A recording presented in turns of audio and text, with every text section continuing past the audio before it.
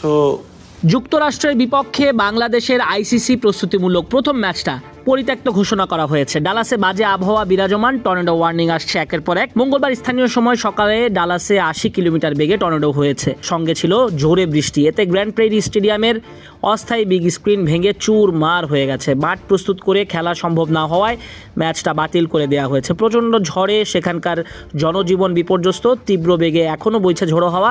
মানুষের আনাগোনা নাই, ভেঙে গেছে স্টেডিয়ামের অনেক অবকাঠামো। এই কারণে বাংলাদেশ যুক্তরাষ্ট্র ম্যাচটি আর মাঠে গড়াতে পারেনি। এবার গোটা বিশ্বকাপ জুড়ে ঝড় বৃষ্টির পূর্বাভাস রয়েছে। প্রস্তুতি ম্যাচ ভেস্তে যাওয়া তার প্রমাণ। 1 জুন ভারতের বিপক্ষে দ্বিতীয় প্রস্তুতি ম্যাচে ফের মাঠে নামবে বাংলাদেশ। সেই ম্যাচটি মাঠে গড়াবে নাসাউ ইন্টারন্যাশনাল ক্রিকেট গ্রাউন্ড, নিউ ইয়র্কে।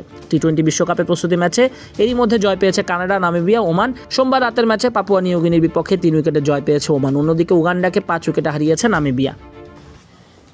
So this, you see that black thing that used to be a screen just like that, and now it looks like a rag lying on